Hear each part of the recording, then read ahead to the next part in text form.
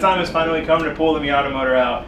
I've got a lot to do in the engine bay. We've got some cutting to do with the trans tunnel to clear the transmission and all this other stuff. We need to test fit the motor and see what else we need to cut. There's just a lot to do. And I could fix this and keep it running for a little longer, but we're just gonna pull it out, get rid of it. That way we can, make progress. I've done this by myself before, but it's kind of a pain by yourself just because you gotta finagle stuff, but we should be able to get this out pretty quick. Maybe once we get it up, we'll see about doing like a pull challenge, like 30 minutes. I don't know. Let's see how I feel. Gonna use the good old quick jacks today. Oh god, these are super handy. Oh, they're just really heavy.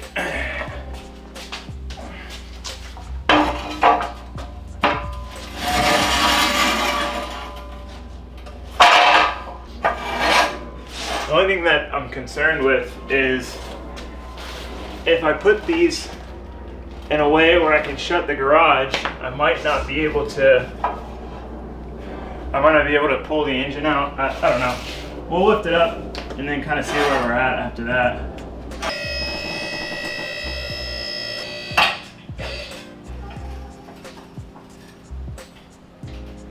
Doing an engine pull, it's easier to just get it on jacks or a quick jack or whatever you have to begin with, because you're gonna have to do that anyway to get under there, do drive shaft trans mount, drain the oil, things like that.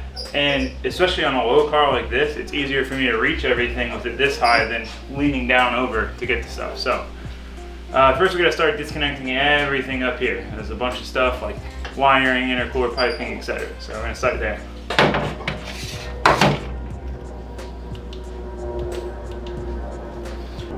Okay, so we're gonna start with the wiring harness, just because getting it out of the way will help us get to other stuff.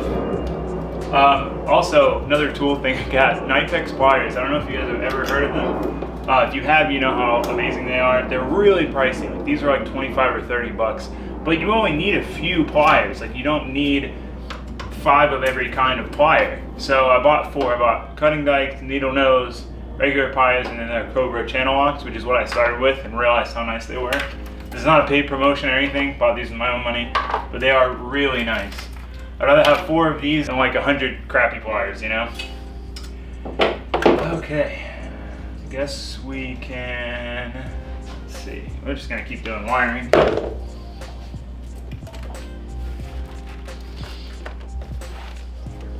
I really hate disconnecting wiring. Some plugs are just such a pain to get off. Where does this one even, where do I even push this one from? I can't even tell. It doesn't feel, oh, found it. Got it, okay.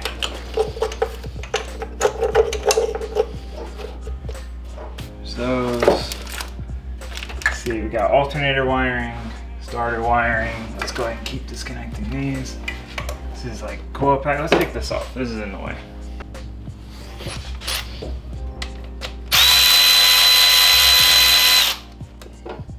There's that one.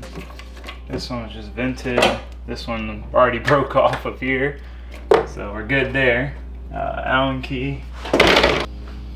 I really hate hitting my head. I really hate these multi sets of Allen keys because I feel like they always just fall apart. Like, this one lasted okay, but I got some Harbor Freight ones and they just literally disintegrated. Oh, come on.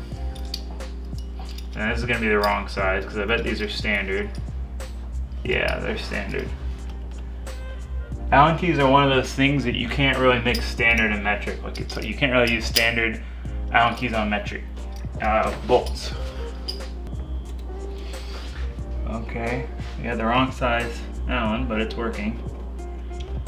That's all that matters, is that it's working. We're gonna reuse this catch can whenever we do the LS, because this is actually what I had on my Vet. It's a 3-port, which is generally what you run on the LS's. The nice Mishimoto one. Oh no! Oh man, that was the save. It landed right in the best possible spot. I keep saying ta-da lately. Like this video if you like saying ta-da. Give it a thumbs up if ta-da means something to you. I'm gonna try not to make this one too long, because the cam and valve springs one was really long, but I figured if anyone's doing it themselves, they would need the detail, so that's why. Get the coil pack wires out. These are always kind of a pain, but you kind of get used to it. Basically, oh, is this one broken? No, is it? What the hell? Let's pull this out. See, I normally, oh man, I'm in a weird spot for this.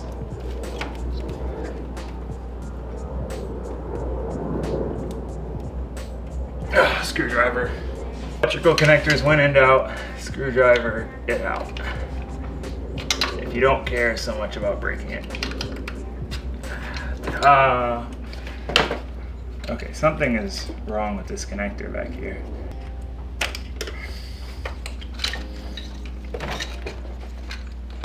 Yeah, look at that. Oh, you know what it was? It was from this downpipe being broken and all the heat, I bet, because this is the closer one to that side. Because those melted.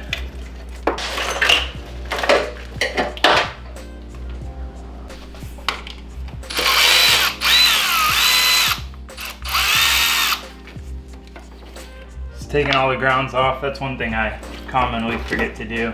Pull the grounds off. Okay.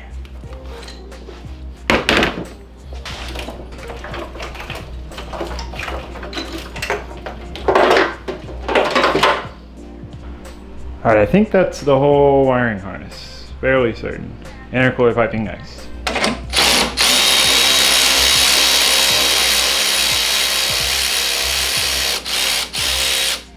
The only use for a deep 11 T-bolt clamps. Alright. That's out. Guess we'll pop it off the turbo and then get underneath. This one looks like a 10 though. Yep. Ah, it's working. I don't know which one of these I normally take off, so we'll loosen both of them. Oh, I can't even get to that one. Okay. Struggling. Okay, got it.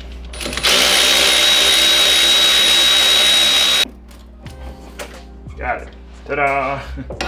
I need to think of a new word besides ta-da. Okay, underside.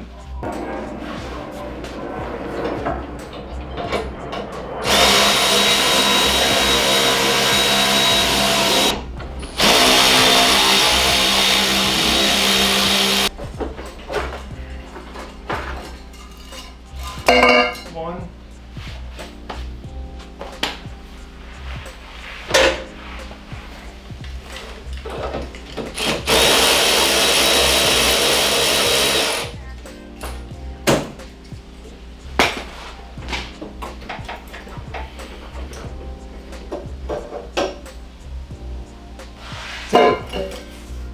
I'm selling this turbo kit. I've got a couple of these totes to put all the parts in so I can keep them all together.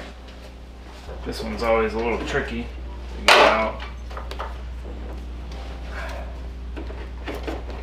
Oh yeah, I gotta take that clamp off. More Knipex goodness. I just got these, so I haven't really got to use them yet. I'm still very excited about them. This is a difficult clamp to get to. So could someone tell me how nicer pliers seem to have a lot more leverage? Like it takes a lot less pull or force to break the same thing loose. I don't understand the logic behind it, because I mean they look like they have the same pivot point or a similar pivot point, but they seem to work so much better. I don't know. If you know, let me know in the comments. So I usually just take the power steering pump off and leave it in the engine bay.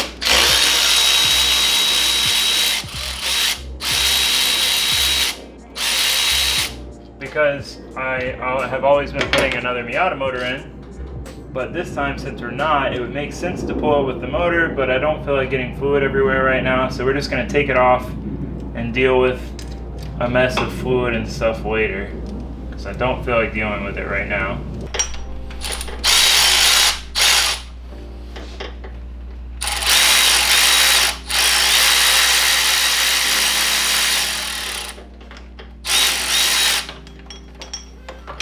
Okay, I don't think we're going to be able to get this bolt all the way out.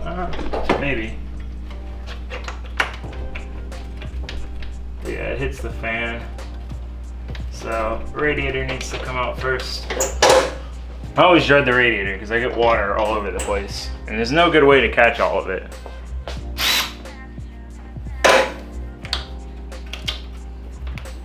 Okay, catch bucket. We'll do the bottom first. But we don't have to lay in water while we do it. Of course, this one's an 8. Of course, why would it be the same size? Oh, it's so nasty under here. This poor motor just puked its guts out, more or less, at the end there. You can't even really tell in the camera, but there's just nastiness all over the place. Just oil and grease and dirt, fluids. Time for a waterfall. Don't go chasing waterfalls. Here it comes.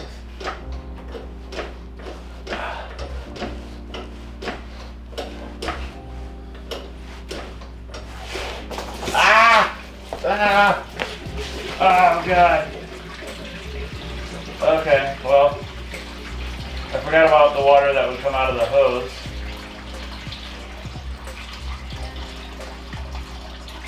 Whoops.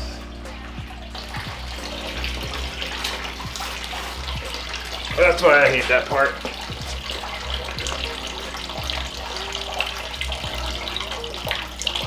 Okay, we can unbolt the radiator now. One.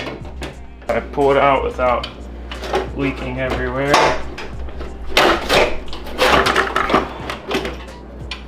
Oh, we got this guy.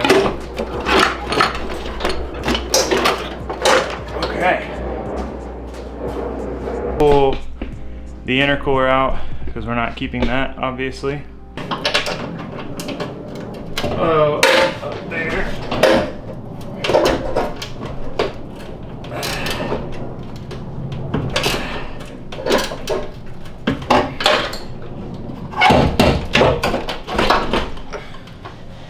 Intake air temp needs to come off. I'm about to break it. Ah, there we go. Next thing is going to be this downpipe that the brake master cylinder is blocking.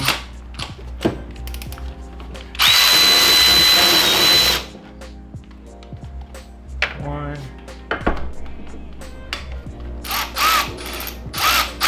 These 13s? I think these are 13s.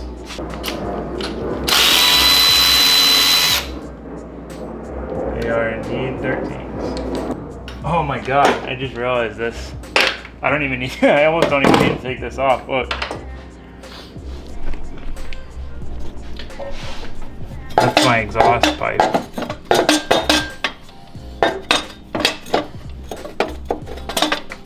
At least it'll make it easy to get to that bottom one. That's always a pain.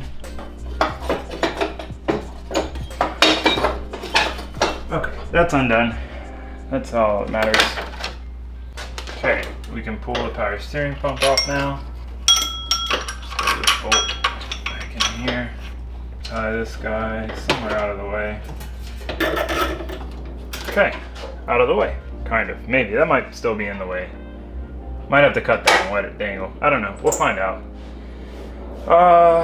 So essentially, as far as I can remember, which I always forget stuff, everything up here is done and taken out. So we need to jump down to the bottom, which is obviously my least favorite part because it's always messy. Some annoying stuff to get to. Drive shaft bolts are annoying by yourself because you've got to like pull the e-brake, loosen it, and then take it out, and then undo the e-brake, spin it to the next one, lock the e-brake again. It's just a lot of in and out, underneath the car, back out from underneath the car. But I'll take you guys down there with me and see if you can see anything. I don't know if you'll be able to. All the noises. When I'm by myself and I'm about to go under the car, I try to get all the wrenches and tools in general that I might need or will need. Let's see, 14, 13, 12. That way I don't have to climb in and out a bunch of times. I hope I had it brought. Please be a 14. Yes. Oh yeah, you guys aren't even close to being in the right area. Have to double them up.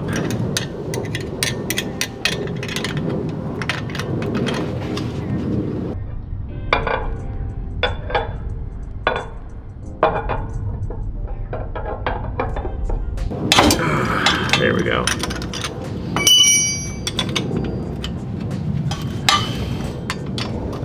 This is the most dreaded part of doing this motor pull for me. Oh, I gotta remember to drain the oil out. I guess I don't have to. Yeah, I should. I should drain the oil.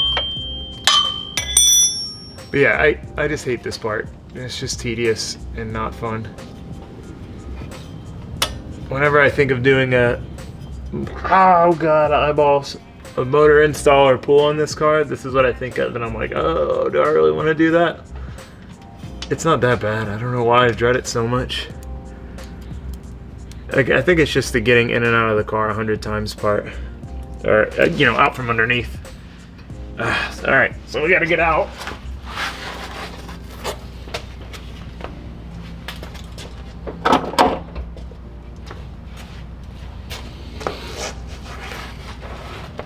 Alright, so we drop the handbrake. Now we spin.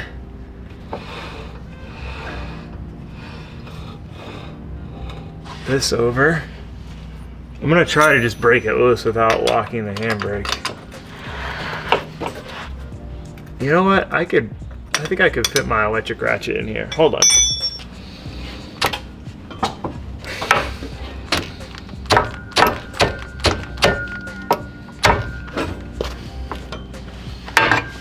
Well, close the cigar.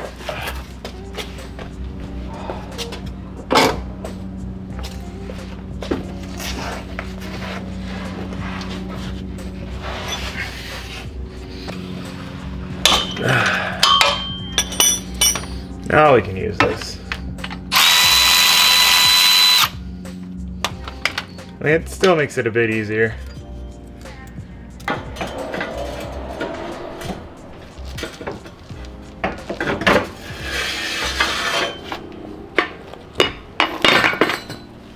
Check it out. I remembered I need to drain the oil out.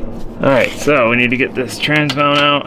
I knew these are 17s. Fortunately, I brought the right socket under here with me.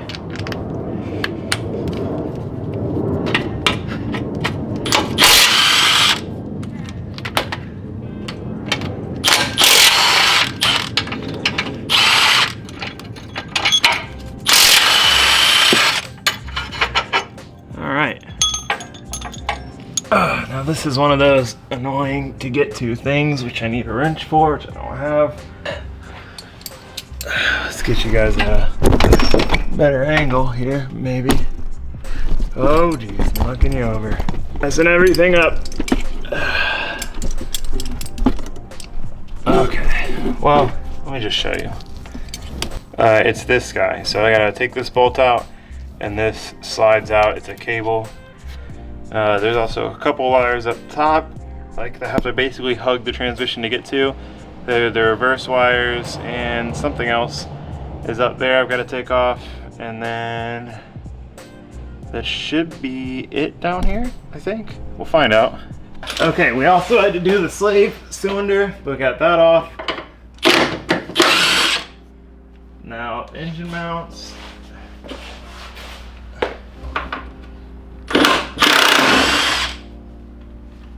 All right, I think it's ready. The thing that always gets forgotten, the shifter. But we did not forget this time, not today. Mr. Shifter, not today.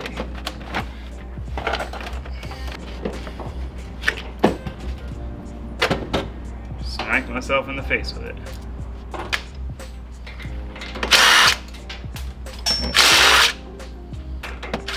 Oh my goodness. Okay. Ta-da! Artsy slow shot because of how pretty the sunset is right now. The camera's not capturing it very well. Alright, the motor is ready to pull out. I'm gonna eat some food and then we're gonna pull this beast out. That sounded lame and corny. Okay.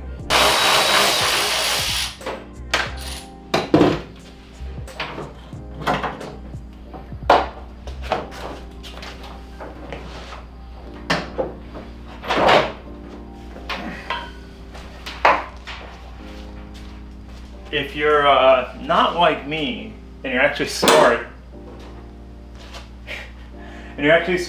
you would have pulled the hood in the very beginning because it makes everything way easier to get to, but I forgot, so, you know, it happens. Also, dope snack idea. These are the cheese curds from the Farm Fresh brand at Walmart, which I don't really understand Farm Fresh when it's all fried food, but you cook these in the oven for like 10 minutes, and then this is sriracha and Frank's Red Hot. Fire. Fire snack. Or lunch in my case. Since we finally have a compressor again, use the air actuated portion of this.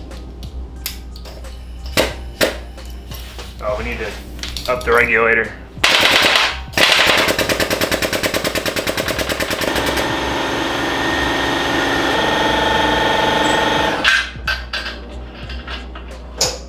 Alright, so now we figure out what we forgot to unhook.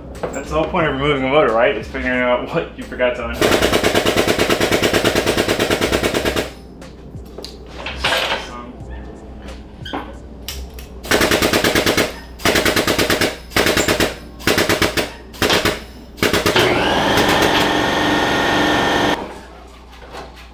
Alright, we're getting caught on something. Not sure what.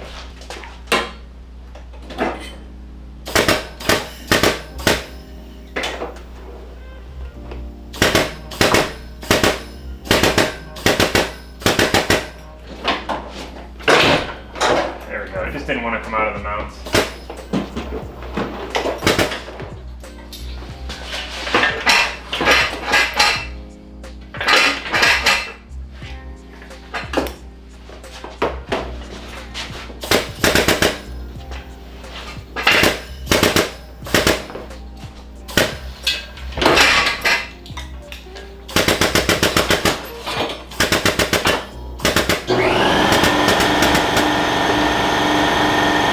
Thing number one, fuel lines.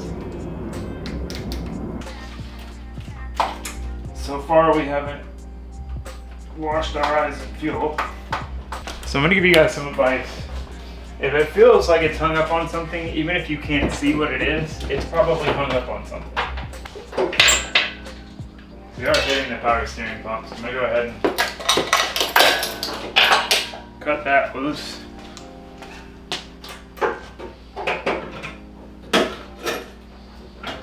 Drop it down here, out of the way. Okay.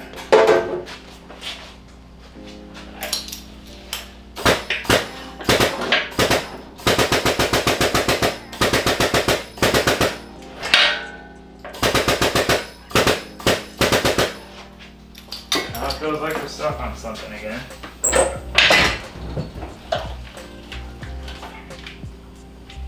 Oh, yep.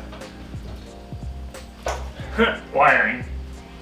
So that is why I always call this step the what did you forget step, because guaranteed to have forgotten something. I am, at least. I've never not forgotten at least one or two things. Okay. Take three. Oh, there we go. See, you should know, I should know when something's wrong.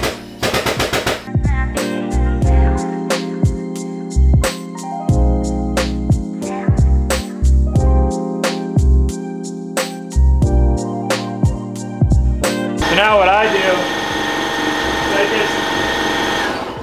just lift the trans up, swing it around. I'll need to pull this back some more.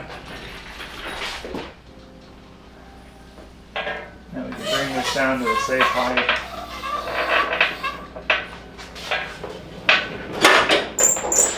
That's as far back as it's gonna go.